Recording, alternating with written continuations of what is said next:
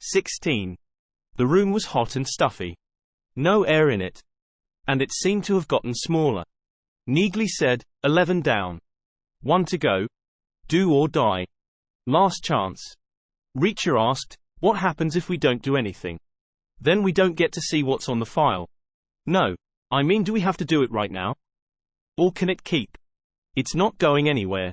So we should take a break. Come back to it later. 1 to go, we've got to pay attention. Weren't we already? Clearly not the right kind of attention. We'll go out to East LA and look for Swan. If we find him, he might have ideas. If not, then at least we'll come back to this fresh. Neagley called down to the valet station again, and 10 minutes later they were in the Mustang heading east on Wilshire. Through Wilshire Center, through Westlake, through a dogleg south that took them straight through MacArthur Park. Then north and east on the Pasadena Freeway, past the concrete bulk of Dodger Stadium, all alone in acres of empty parking. Then deep into a rat's nest of surface streets bounded by Boyle Heights, Monterey Park, Alhambra, and South Pasadena. There were science parks and business parks and strip malls and old housing and new housing. The curbs were thick with parked cars and there was traffic everywhere, moving slow. A brown sky.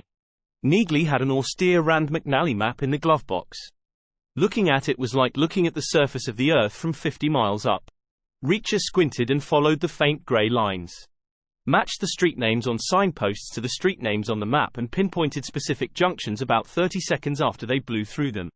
He had his thumb on New Age's location and steered Neagley toward it in a wide, ragged spiral. When they got there, they found a low sign of chiseled granite and a big prosperous mirror glass cube set behind a tall hurricane fence topped with coils of razor wire. The fence was impressive at first sight, but only semi-serious, in that 10 seconds and a pair of bolt cutters would get a person through it unscathed. The building itself was surrounded by a wide parking lot studded with specimen trees. The way the mirror glass reflected the trees and the sky made the building look like it was there and not there simultaneously. The main gate was lightweight and standing wide open, and there was no sentry post next to it. It was just a gate. Beyond it, the lot was about half full of parked cars. Neagley paused to let a photocopier truck out and then drove in and put the Mustang in a visitor slot near the entrance lobby. She and Reacher got out and stood for a moment. It was the middle of the morning and the air was warm and heavy. The neighborhood was quiet. It sounded like a whole lot of people were concentrating very hard, or else no one was doing very much of anything. The reception entrance had a shallow step up to double glass doors that opened for them automatically and admitted them to a large square lobby that had a slate floor and aluminum walls. There were leather chairs and a long reception counter in back. Behind the counter was a blonde woman of about 30. She was wearing a corporate polo shirt with New Age defense systems embroidered above her small left breast. Clearly she had heard the doors open, but she waited until Reacher and Neagley were halfway across the floor before she looked up. "Can I help you?" she asked. "We're here to see Tony Swan," Reacher said. The woman smiled automatically and asked, "May I know your names?"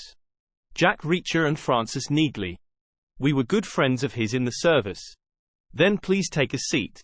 The woman picked up her desk phone and Reacher and Neagley stepped away to the leather chairs. Neagley sat down, but Reacher stayed on his feet. He watched the dull aluminum reflection of the woman on the phone and heard her say, "Two friends of Tony Swan to see him." Then she put the phone down and smiled in Reacher's direction even though he wasn't looking directly at her. Then the lobby went quiet. It stayed quiet for about 4 minutes, and then Reacher heard the click of shoes on slate from a corridor that entered the lobby to the side of and behind the desk. A measured stride, no hurry, a person of medium height and medium weight. He watched the mouth of the corridor and saw a woman step into view. About 40 years old, slim, brown hair stylishly cut. She was in a tailored black pantsuit and a white blouse. She looked swift and efficient and had an open and welcoming expression on her face. She smiled a token thank you to the receptionist and walked straight past her toward Reacher and Neagley. Held out her hand and said, "I'm Margaret Berenson." Neagley stood up and she and Reacher said their names and shook hands with her. Up close she had old looping car crash scars under her makeup and the chilly breath of a big-time gum chewer. She was wearing decent jewelry, but no wedding band. "We're looking for Tony Swan," Reacher said. "I know," the woman said. "Let's find somewhere to talk." One of the aluminum wall panels was a door that led to a small rectangular conference room directly off the lobby. Clearly it was designed for discussions with visitors who didn't merit admission into the inner sanctums. It was a cool spare space with a table and 4 chairs and floor-to-ceiling windows that gave directly onto the parking lot. The front bumper of Neagley's Mustang was about 5 feet away. "I'm Margaret Berenson," the woman said again. "I'm New Age's Human Resources Director. I'll get straight to the point, which is that Mr. Swan isn't with us anymore." Reacher asked, "Since when?" "A little over 3 weeks ago," Berenson said. "What happened?" "I'd feel more comfortable talking about it if I knew for sure you have a connection with him. Anyone can walk up to a reception counter and claim to be old friends. I'm not sure how we could prove it." "What did he look like?" "About 5'9" tall and about 5'8" wide." Berenson smiled. "If I told you he used a piece of stone as a paperweight, could you tell me where that piece of stone came from?" "The Berlin Wall," Reacher said. "He was in Germany when it came down. I saw him there just afterward.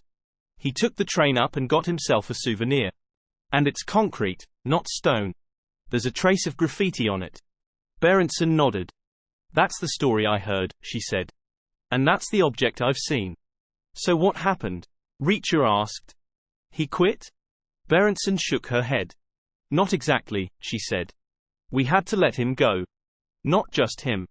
You have to understand, this is a new company. It was always speculative, and there was always risk. In terms of our business plan, we're not where we want to be. Not yet, anyway. So we reached the stage where we had to revise our staffing levels. Downward, unfortunately. We operated a last-in first-out policy, and basically that meant we had to let the whole assistant management level go. I lost my own assistant director. Mr. Swan was assistant director of security, so unfortunately the policy swept him away, too. We were very sorry to see him go, because he was a real asset. If things pick up, we'll beg him to come back. But I'm sure he'll have secured another position by then." Reacher glanced through the window at the half-empty parking lot. Listened to the quiet of the building. It sounded half-empty, too. "Okay," he said. "Not okay," Neagley said. "I've been calling his office over and over for the last 3 days, and every time I was told he had just stepped out for a minute. That doesn't add up." Berenson nodded again. "That's a professional courtesy that I insist upon. With this caliber of management, it would be a disaster for an individual if his personal network of contacts heard the news secondhand. Much better if Mr. Swan can inform people himself, directly. Then he can spin it however he wants. So I insist that the remaining secretarial staff tell Little White lies during the readjustment period. I don't apologize for it, but I do hope you understand. It's the least I can do for the people we've lost. If Mr. Swan can approach a new employer as if it were a voluntary move, he's in a far better position than if everyone knew he'd been let go from here." Neagley thought about it for a moment, and then she nodded. "Okay," she said. "I can see your point.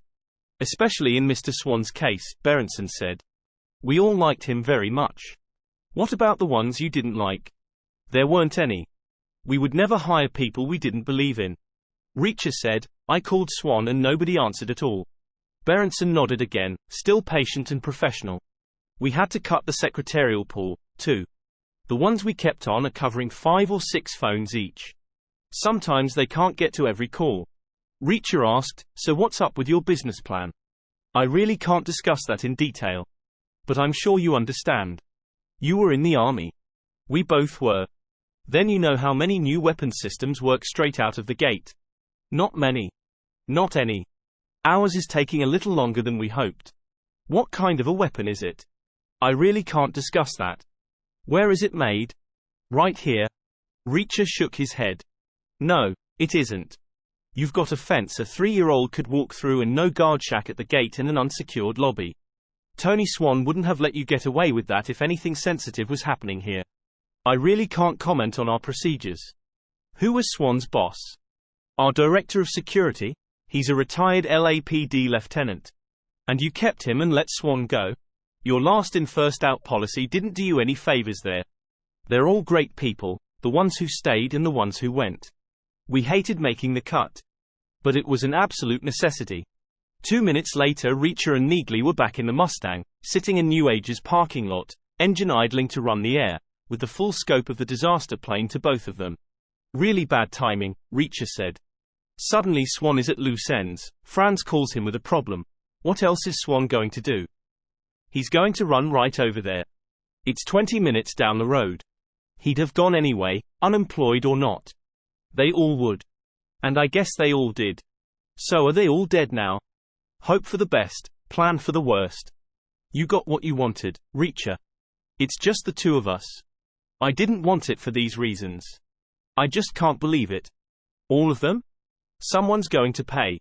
You think? We've got nothing. We've got one last chance with a password.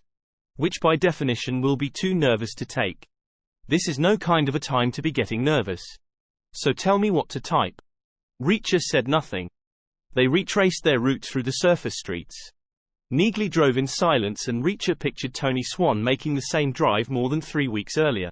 Maybe with the contents of his new age desk boxed up in his trunk, his pens and pencils and his chip of Soviet concrete. On his way to help his old buddy. Other old buddies pouring in down spokes of an invisible wheel. Sanchez and Orozco hustling over from Vegas on the 15.